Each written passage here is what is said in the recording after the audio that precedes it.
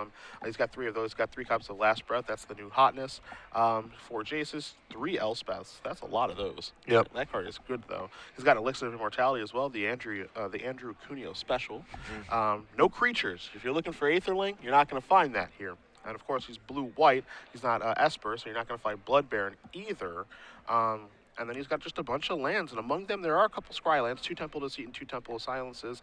Not for any splashes or anything like that. Just a Scry. So Yeah. Before we delve into the red-white deck, I want to say on the record here, the idea of people moving away from a Azorius Charm is nonsense.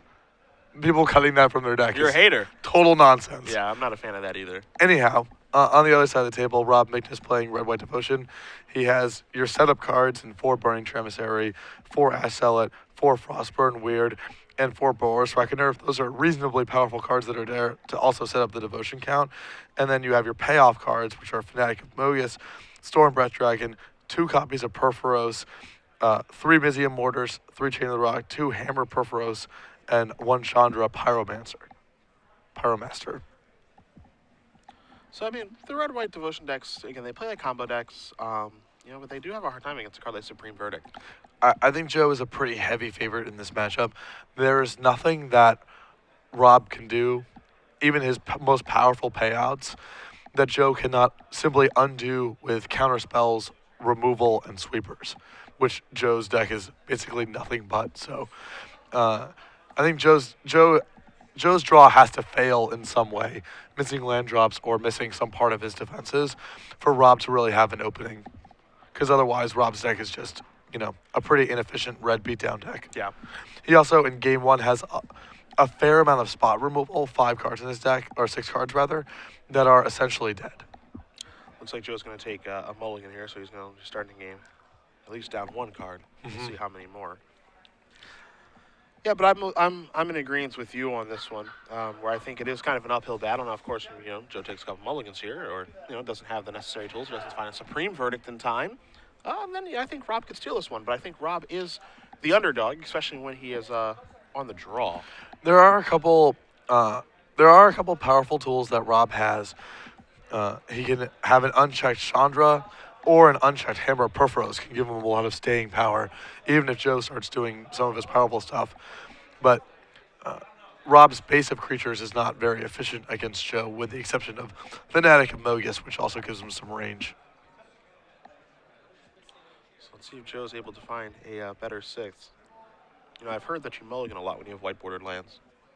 That's the thing. True or false? It should be a thing. If it's not, that should be the case. Well, Azorius Guildgate's going to get the show started here for the Azorius Master, Mr. Lossett. See it dissolve there. He's got a Syncopate as well.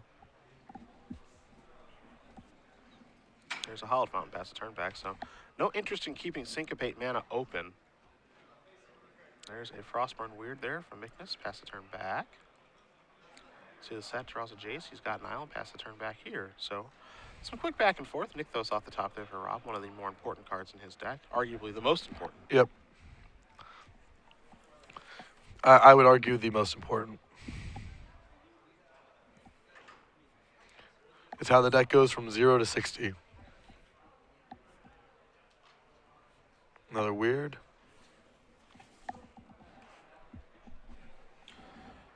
All right, there is Temple Triumph. Take a look, Skipoo.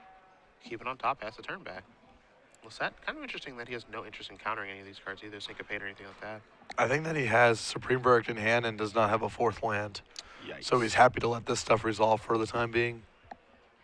I guess maybe his thought process is, those Frostburn Weirds will probably only just keep attacking me for 1 point of damage. He actually has to cast more spells, does Miknus, for me to actually care. Divination. Means he'd have to tap out. But again, I don't think that's that big of a deal because there's not some sort of there's not a huge punishment. I guess the biggest punishment is Perforos. Yep. And still no land. 4th land. Wow. Draws Ash Zealots. There's a Nykthos in hand too. Actually, Nykthos is pretty good here because now this is going to allow him to tap for 4, and then the 5th mana will give him Dragon, or he can just pump a bunch. And this is a pretty good play too. I'm not going to extend. I'll put you down to 11. Yep. Not It's willing to 4/5 mana. So okay. very disciplined here. Not willing to run into the wrath.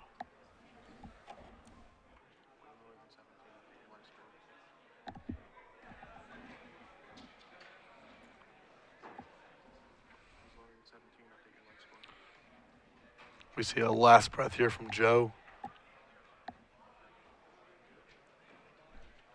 So now Miknus is going to go up to 24. So he got 24 to 12 for the life totals. He does lower Miknus lower Nykthos a little bit. So this turn, for example, I think a play that could be on the table is Ash Zealot and Pump again.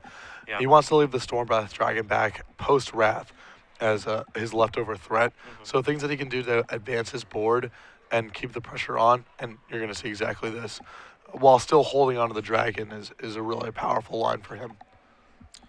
Being informed by at Cody_Trafton that the reason that Joe Lossett plays the White Borderlands is actually that's what he started with when he learned how to play Magic. That's what I started with too. That's no excuse. Yeah, he uses it for nostalgia That's factor. no excuse. You have to understand. I talk to Joe a lot of tournaments. Joe's a pretty good friend of mine. Oh, I like Joe. Joe. I'm a very big Joe Lossett fan. I could watch him play Miracles all day. Hopefully, I get to see it a couple times today.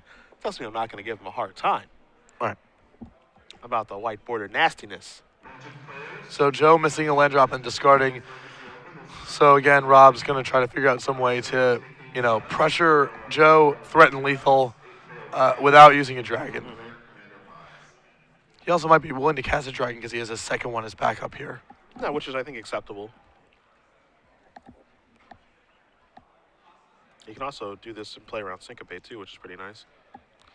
Yeah, with a dragon as backup, I like casting this one here. If Joe counters it, then you can dump your mana into the weird. Okay, dissolve here. Yeah, what he can do now is, as you mentioned, he can dump the last 2 mana into weird, making an attack for 5, put Joe down to 1, and then if he does just top deck, if he does draw a land, cast Supreme Verdict, then you just play the dragon and it's lights out. And Hallowed Fountain, his ironic draw. The last kick in the teeth for Joe in this game. Yeah. That's not how I expected game 1 to go. Luckily, that's why they give you 3 of them. So Robb Miknus, I would say he steals game number 1. Yes. And now he's a sideboard too, so a good step, a huge step, in the right direction here for the Red-White Devotion player. We're going to bring it back to the booth here really quickly as we're going to give away our full month of premium. And of course, I get the Twitch shirt. Another Twitch t-shirt. I'll blow my nose on this one too if you guys want me to. Yeah. You just let me know. Again, thanks to Ben Schwartz. Thanks to everybody over at Twitch TV. Check them out on Friday in the financial district of San Fran. We'll be giving away a bunch of these over the course of the weekend. 12 months. He'll fire away the question. Hashtag your answer. Hashtag SCG Premium. Well, that's the conclusion of the finals. So, again, it's about accuracy, not speed, even though you might want to be quick if it's like game 1 win. Yeah, less than a week away from our final invitational of the 2013 season. You'll be doing commentary, I believe. I'll be there with Matthias Hunt, Nosip Lebedovich. You'll be slinging? I'm going to show up. Okay. What happens from there, unclear. I won't be doing commentary, but I will be there. Okay, you're going to be in Vegas. Oh, no. I blew it.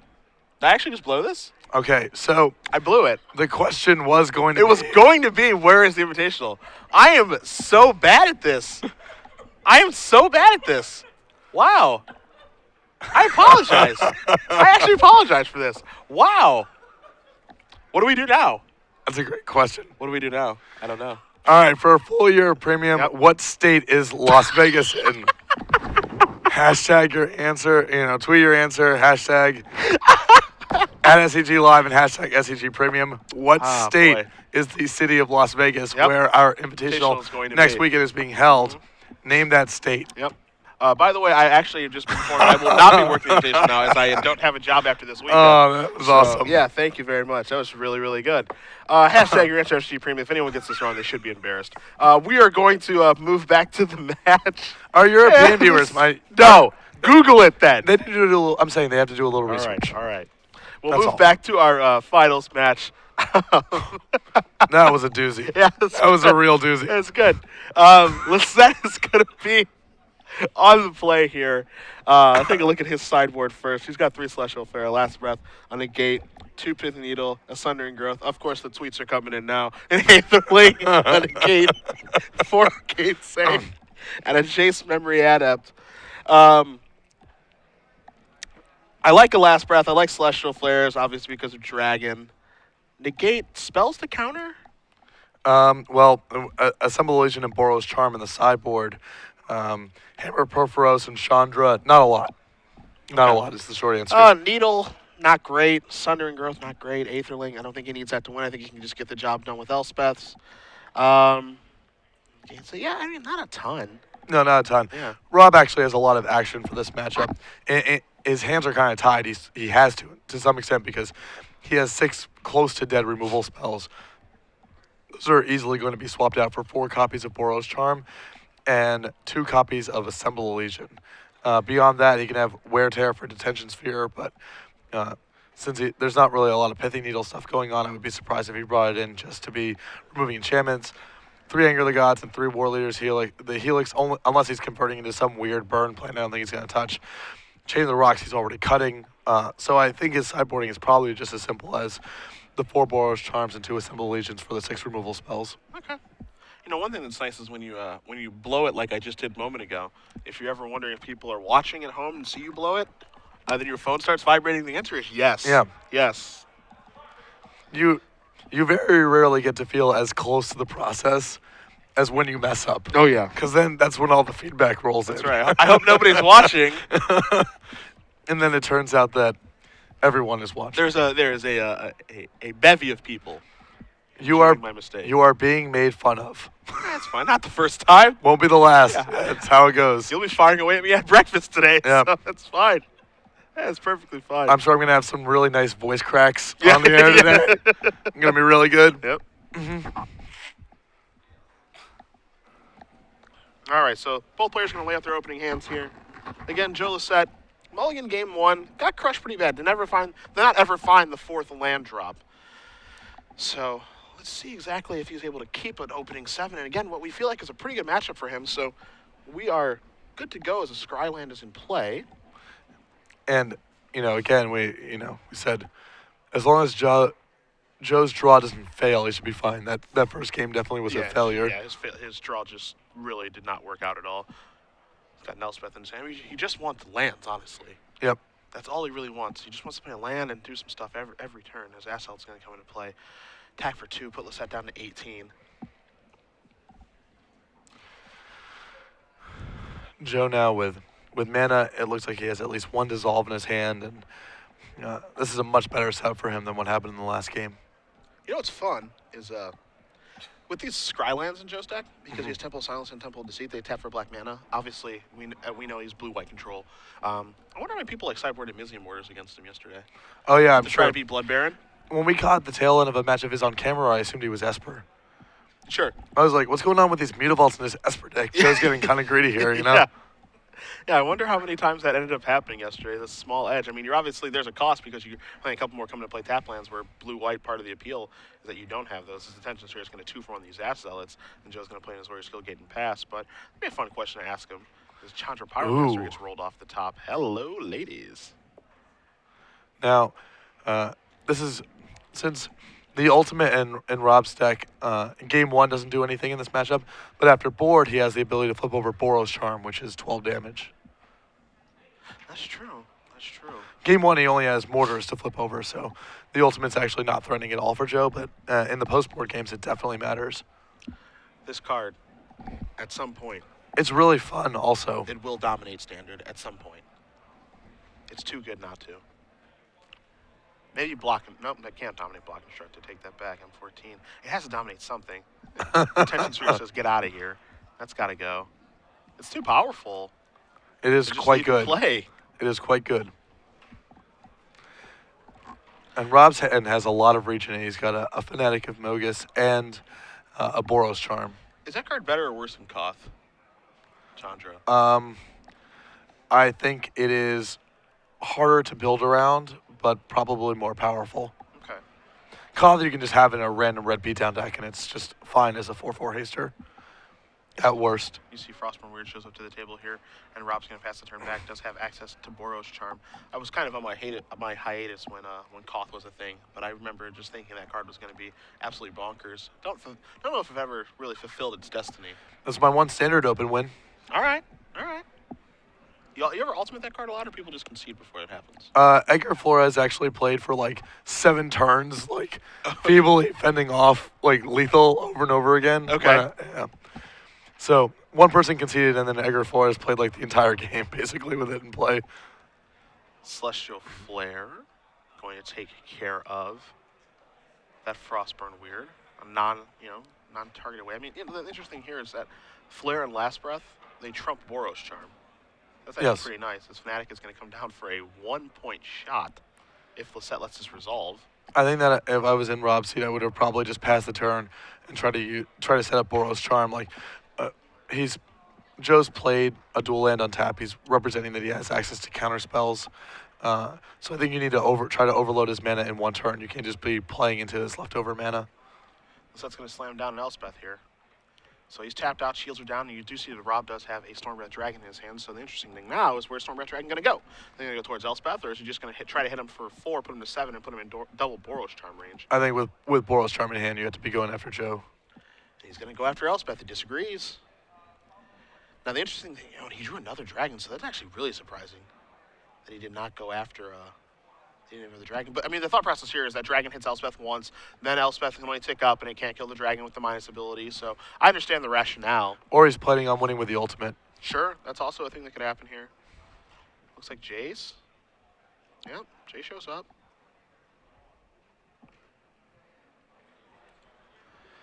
Plus, so that means dragon would be attacking for 3. Other dragon would be attacking for 3 as well, so that'd be a 6-point swing. He's looking he's for going to go minus. He's going to go show you Jace, Last Breath, and Mutavault. And as good as Last Breath is, and this is, again, something we talked about yesterday, something that we really like about Standard, is that every removal spell has a cost in this format. With Mono Black being big, you can't play Doombait. Ultimate Price obviously has a restriction. Last Breath, as good as that card is, lines up against Nightveil Spectre, Dragon laughs at it for numerous reasons, obviously. Actually, oddly enough, Last Breath I think is actually pretty good for Joe in this spot, as he can be Last Breathing his own tokens to stay above water. I have lost in this before. That's why I know that this is a thing. Sure. I have not ever targeted my own creature with Last Breath in my life. Last Breath isn't a card I've really cast a lot. I'll admit that. But yeah, that's one thing that he can do. As Robb is going to quickly draw a card. Fnatic, man, he has a lot of direct damage after sideboard. Yep. That's the way you have to approach the blue-white matchup or the Esper matchup. It's just really hard to deal 20 damage with your creatures.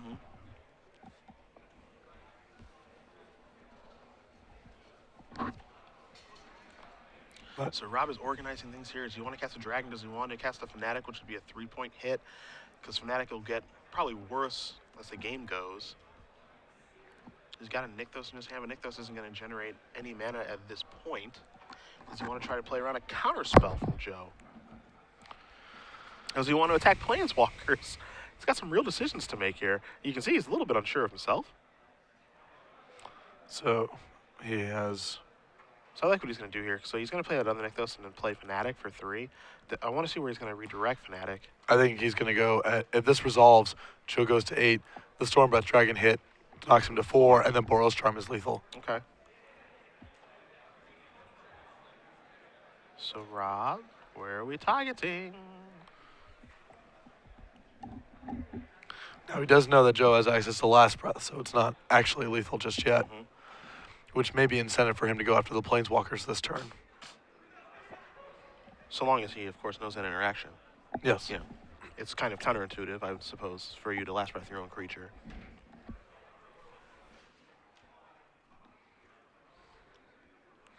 I don't know, it comes up a fair bit, not only with Elspeth, but with your own Mutavaults as well. Yeah, fair. Yep, Fnatic goes upstairs, so Lossette's going to go down to 8.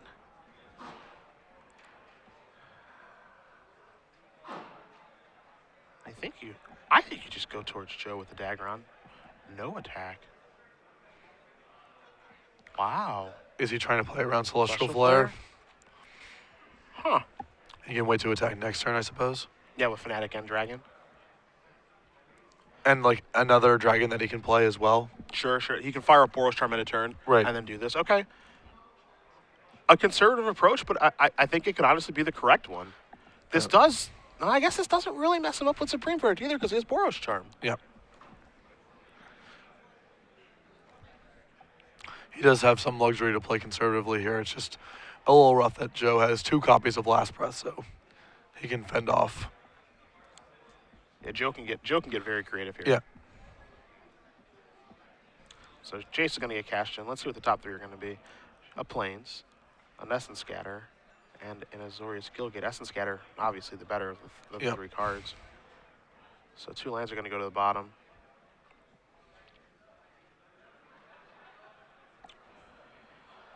Lossett's got some serious work to do, though. Yeah, and that's obviously the risk here. You know, Rob played around Celestial Flare last turn, which may or may not be correct, but with Jason play, Joe gets to look at so many cards that it's hard to play around everything. I think Joe has another Jace in his hand, too, so he can get even deeper into his deck.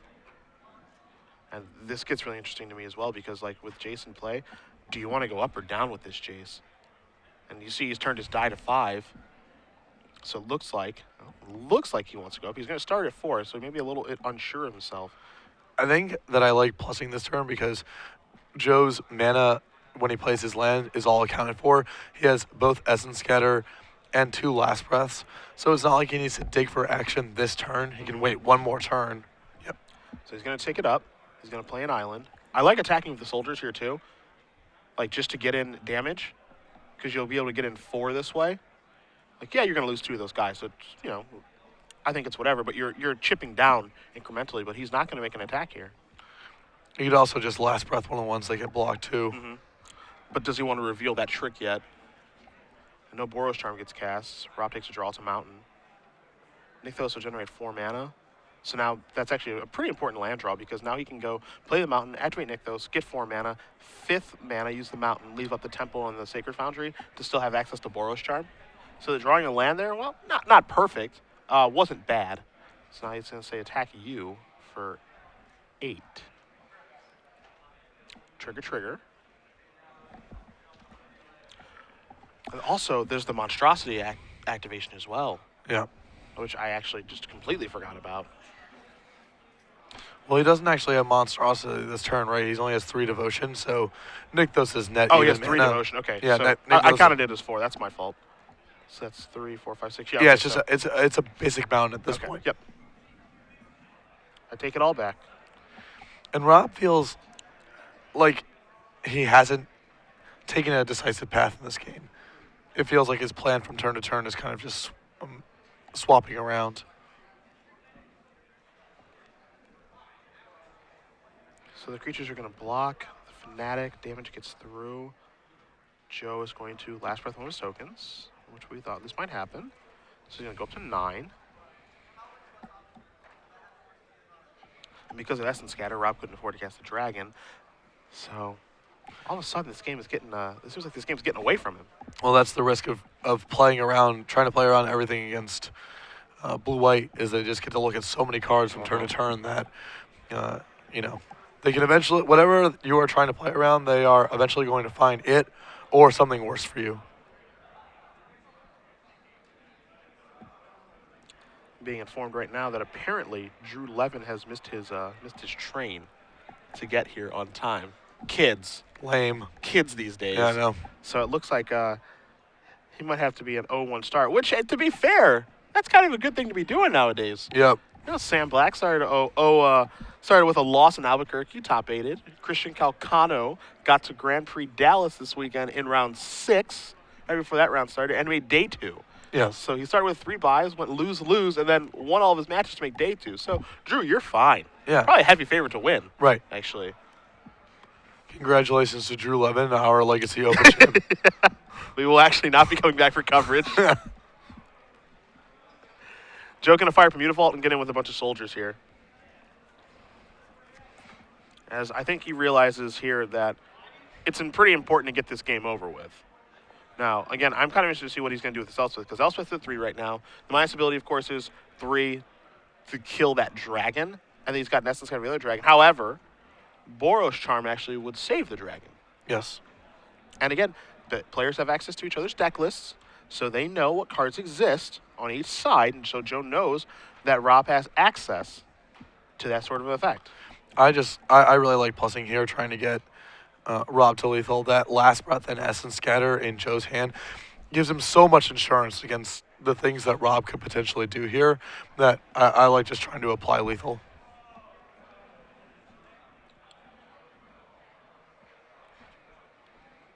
And now Robb is sort of just forced to go for it, even though it's a fool's errand. Gonna knock Joe to 5. Drew now letting us know that he also doesn't have half of the deck, to which I say excuses. So Chase triggers. He's gonna monstrous his Stormbreath Dragon, and I assume this is going to get a last breath out of Joe here. I'm inclined to agree with you. So what's going to happen here, because that's a smaller dragon, starts at a 4/4. Monstrosity's going to make it into a 7/7. Correct. Jace Trigger makes it a 6-power creature. Yes. And then if Joe uses the last breath in his hand, he's going to gain 4 life, but it's actually going to gain 5 life, like in a way. So last breath, my own guy, is what Lossett's going to do. He's going to go up to 9. Then Monstrosity resolves. Last card in his hand is Essence Scatter. So take 1, go down to 8. And then Dragon gets in for 6. Down to 2. Goes down to 2. And the problem here for the set is I don't think he has a lethal attack. But he can use Elspeth to take care of the dragon. He's got Essence Scatter for the other one. So you see Joe counting. We've got 1, 2, 3, 4, 5, 6. Yeah, 7 tokens plus Mutavault. By my math, that's 9. Yep. This is a divination. It's a good place to start.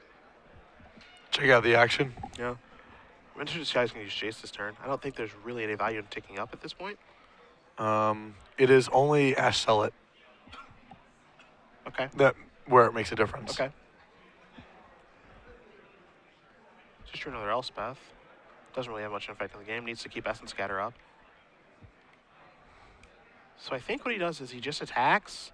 What I think I do in this situation if I'm the set is I think I minus Jace. Yeah, because finding another counter spell has such upside. None of those cards are too relevant. I think Mutavault's the best of the 3. And then what I think I do here is he's already minus Jace. I think I use Elspeth to kill the dragon.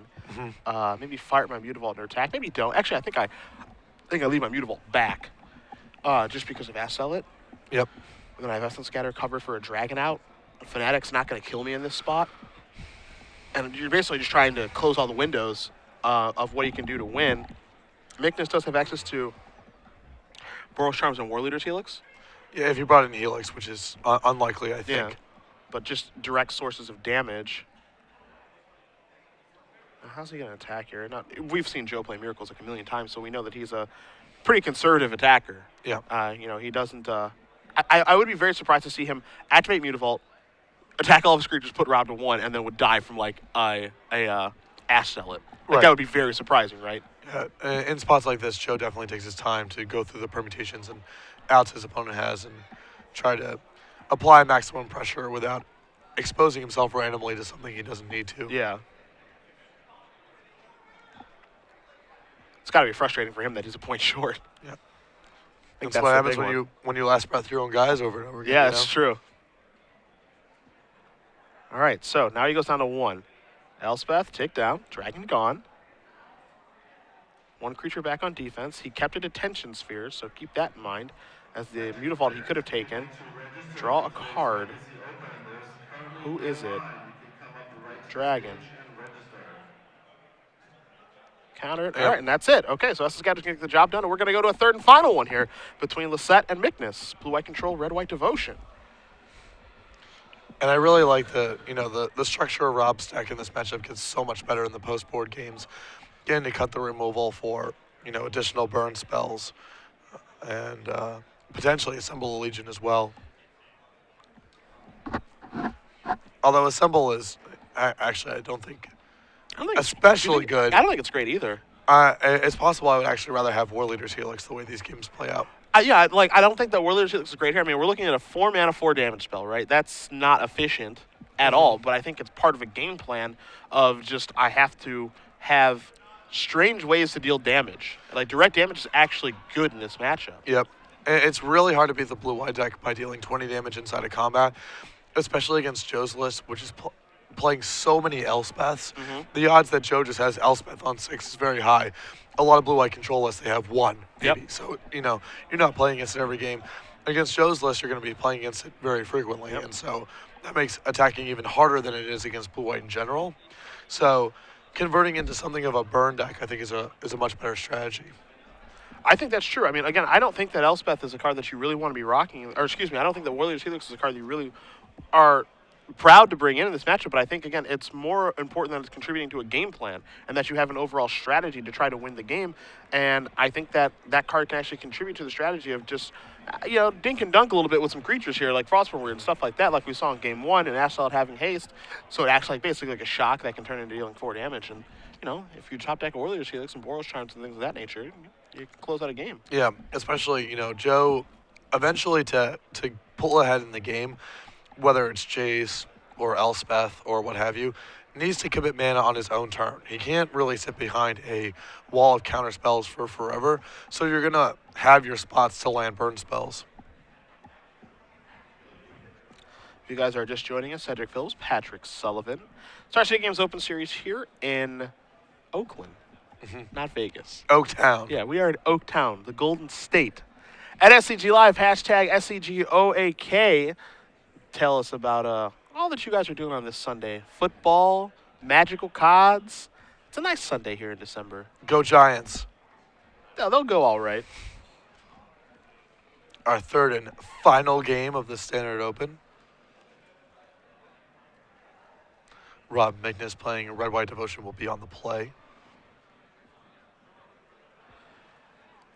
Fun little story here. My friend right now is setting my fantasy football lineup for me. I don't know my password to my team, and he guessed it. That is pretty awesome. I don't know if that's good or bad. I don't think that any of my stuff is safe now, but either way, we're getting Jason Campbell in the lineup today, baby. As Temple of Deceit is where Lossett is going to start. Ass Zealot coming across into the red zone. And if you look at Robb's hand, he has Hammer of Perforos, which, if it resolves and Lossett is without a detention sphere, can make life very hard.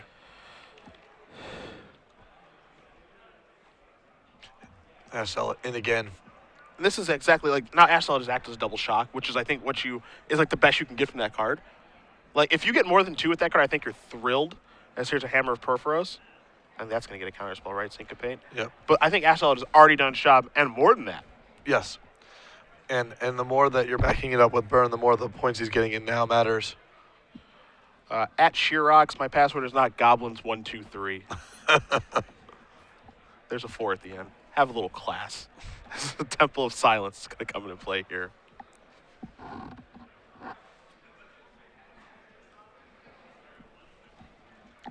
All right. So Joe is this feels like a lot like Game 1. But also the thing too is, like, again, you see how good the temples are, but you can also see, like, coming to play tap lands are not great. They come with a cost. Yeah. See, Robb has one of his own. He's going to play a Frostmourne Weird. He's got a temple. But this game, I think, is going exactly how Robb wants it to go. I don't know. It depends what's left over in his hand. If his hand's just creatures and lands, it's not too hard for Lossett to just fend this off for forever. If he has burn spells or something like Storm Breath Dragon to top off his curve, then that's obviously much better. I think Robb would feel a lot better if he didn't have to commit that Frostburn Weird to the board, but his hand is just Storm Breath Dragon and Fanatic, so he can't really hold that weird back. Yeah, it's time to cash in that verdict there. As Brian Kibler is letting everyone know that my password is actually Kithkin456, which he has nailed it with a Storm Breath Dragon coming across into the red zone. So now Joe needs to deal with this. Now there's a verdict off the top. He's got his Warriors Guildgate to play, so now he's got to obviously trade with that, 1-for-1 with the verdict. Miknus quickly untapping, slams down Assemble the Legion. So now Lossett needs a detention sphere. I guess Jace is perfectly fine. Jace is really good against Assemble the Legion as well. And with Jace ticking up, it'll stay out of Boros Charm range, but you see Lossett has pulled a detention sphere forward in his hand. Is detention sphere actually going to get any better than this? Yeah, I mean, he has to just be worried about the devotion count in general because of Fanatic. Yep. So every permanent, even non-threatening ones, are threatening in their own way. Another Assemble. So he had an answer to the first one, but a top-decked one for Miknus gets him back into that same situation. Lossett draws in the Azorius Guildgate. Now he's back on the Jace plan of having to deal with Assemble. But now, well, I take that back. So this is going to be interesting, because this is something I was going to bring up during the sideboard, is Which actually wins in the token generating fight? Like, obviously, Assemble is Elspeth. really good, but I feel like Elspeth wins in this, like, oh, you want to make a bunch of tokens, huh? I can keep up with your Assemble the Legion. I arguably am faster than your Assemble the Legion Elspeth because of wins the by ultimate. Elspeth wins by a lot. Yeah. And so now Boros Charm might have to go towards Elspeth. Or, oh, that's a huge draw. A second Boros Charm. He can land Fanatic of Mogus this turn for 2 damage, and then he has lethal left over in his hand. Attack 4. Okay, they're going to get the right token out there, the red-white one. That is a huge draw. That was a really good draw. Wow. Again, you can see why the direct damage plan is so good in this matchup. If that had been a Warriors Helix, it would have been similarly good. Yeah, and these Helix definitely would have been better than Assemble in this game as well. So how does he want to pace this? Because he has the magical combination at this point to try to win this game. And there is Fnatic, so it's going to be for 2. Yeah, I like that. I like starting here. It's the most mana. You know that Joe has Essence Scatter, so resolve your creatures first, and he can play, his creatures at instant speed to try to set this up. Eventually, Joe will tap out or low potentially. You can land those Boros Charms. That was a big draw there from the set. He drew himself a dissolve for the turn, and you see he's working his way up now with Elspeth. So I mean, what Joe's trying to do here is basically just he wants to make it so that he can get to Elspeth up to 7. He'll have 9 tokens in play, ultimate it, and then 9 times 3 is 27, and it's lethal all in one turn. So now Jace is going to show up. He's got Mutavault and Double Blue open for Dissolve. He's going to tick up Jace, and he's just playing defense, and he's just going to leave Dissolve. He's definitely going to leave Dissolve like the whole game. So now Assemble's going to go up to 2. 2 more soldiers are going to come into play. Robb draws a card. It's a Sacred Foundry, which is the second white source for the double Boros Charm. Well, in theory, he could also. I guess he doesn't have enough mana. He could make white through his Nikthos, I guess. That's true. So it's going to come to play untapped. And yeah, he's going to fire away. He says Boros Charm you. And Joe going to counter the first one? Or do you counter the second one? I think. I don't know. You may want to just counter the first one because there's a possibility that Robb just, with the amount that Joe's thinking, if Joe lets this resolve, we'll just not cast the second one. Yeah. Make him sit on his mana for a little bit longer. This is interesting because I kind of like counting the second one. I'll tell you why. Because if the first one resolves, all right, I go down to 4. And then maybe he'll fire up the second one. We're not sure, but we can leave Dissolve Man up the entire time. If you counter the first one, the second one's probably going to go towards your Elspeth.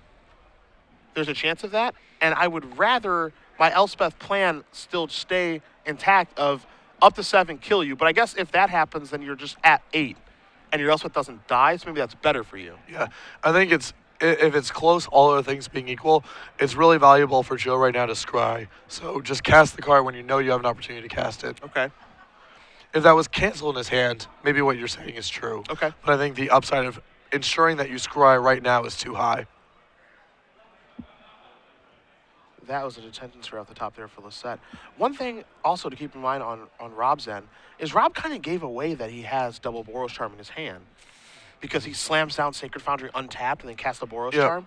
So it's like, well, why would you slam that down? You already have the white mana to cast it. Oh, you probably have another Boros Charm. And I think that's why Joe took a second to consider everything before making a decision to counter it. Yeah, Robb gave away a little bit of information there with the way that he set up that turn. Elspeth goes up. So now he's got the 9 necessary tokens. I think we're probably going to see Jace go up so that he can't attack Elspeth or do anything profitable with some of the Legion tokens.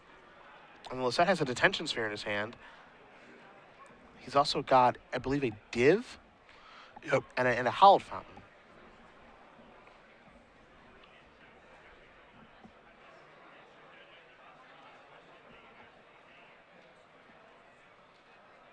So Joe here trying to see if there's any upside to casting Divination, if there's any set of cards you can find that matters, if there's any value to detention sphering, anything that's in play right now.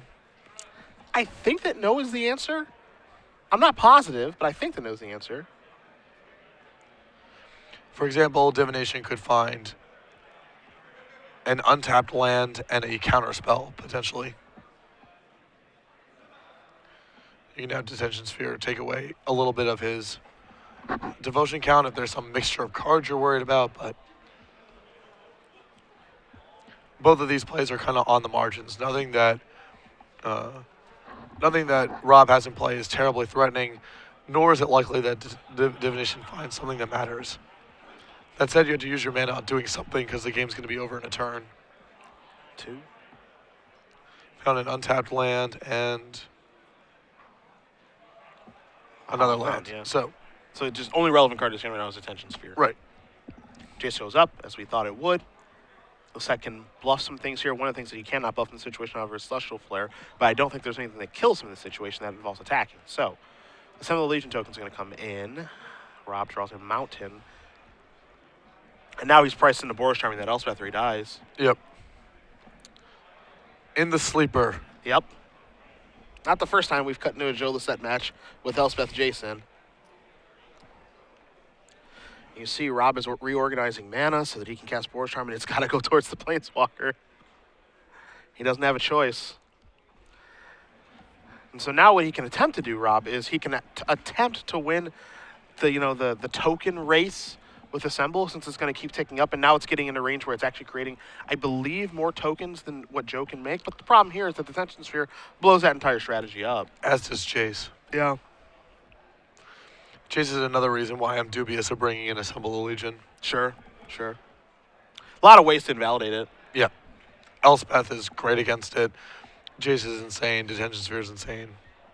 Anyone else think it's ridiculous that Elspeth is good against Assemble the Legion? It just makes so many tokens. From a flavor standpoint? Yeah. Yeah, sure. I'm assembling all these guys. Elspeth's like, well, so am I, and I'm better at it than you, so kindly leave. Over an infinite timeline, Assemble makes more, but the games are rarely played over an infinite timeline. No.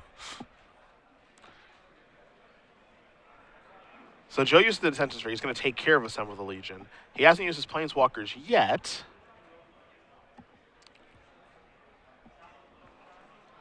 And he hasn't used his Jace yet. He hasn't used his Jace, which I think is the more important one. Does he want to go up? Does he want to go down? I think he's going to keep going up because there's so many tokens in play. Robb has a reasonable number of haste cards in his deck, and he's actually getting close to ultimating Jace as well. Okay. There's the other side of it too, where he is very open to a top deck right now because he has nothing in his hand. So like a Stormbreath Dragon is at wow. Okay. So he's just going to trade off a bunch of tokens. I actually kind of like this. I think he might be trying to go ultimate with Jace. I think he's going to be plussing Jace for a little bit longer here and then going ultimate. Okay. Maybe get a Stormbreath Dragon from Robb's deck. Right. Well, that's a big incentive for him to try to clear out the tokens that Robb has access to, because if he does go ultimate with Jace, there's at least a one-turn window where those tokens matter. This is also an incentive, too, with this attack, because now he can minus Jace safely because there are no tokens in play. Sure. Which I actually like this a lot. Now he's going to turn over a Last Breath ×2 and an island, so now he's at a comfortable 12. Because he can Last Breath his own token, which we saw plenty of times in game number 2. So actually, I think that attack is quite good. I don't think the block there is necessarily bad from Robb. I think it's kind of a damned if you do, damned if you don't situation. Because if he doesn't block, he takes, he blocks with the Fanatic, obviously, and he takes a bunch of damage. And then Joe just goes, all right, take up Jace, go. Are you going to keep letting me get in all this damage? Is Frostburn worth the draw here for Miknus? Yeah, it's really hard to imagine those tokens getting to do anything else productive other than what just happened there if you're in Robb's seat. Because you know that he can just plus Jace. Yeah. Lossett going to take a draw step. It's a Plains. Right now, the only card of relevance in hand is the Last Breath. Jace going to take on down. We're going to show you an Essence Scatter. We'll show you another Jace. And we're going to show you a Syncopate. And now things are starting to get away from the Red-White Devotion player. Yeah. Joe is really establishing a firm control on this one. The one thing I always think about when I think about Jace is how this one is, when this card got spoiled, released, what have you, the power level was undeniable, but it also, it kind of followed the same path that Jace the Mind Sculptor did, in which that card was released. Everyone's like, this card's great, but it's just not its time right now. That Pro Tour in San Diego, Luis Scarvargas went 16-0. He played a Naya deck, and Jace was trying to establish his footing there. Chapin and the rest of the people he worked with came up with the Mind Spring Marshall Coup deck, and that was kind of the first Jace deck, but Jund was the problem. Right. Once Jund goes away, Jace got banned. Yep. I'm not saying that's what's going to happen with this Jace, as Lossett extends the hand, but boy, is that card good, and it takes out another tournament. Blue-white control, Joe Lossett. We think of him as a legacy player, and he's a damn good one of those. This is his second Standard Open win. Yeah, congratulations to Joe. That was a really a dominating finals. Obviously, went to a third game.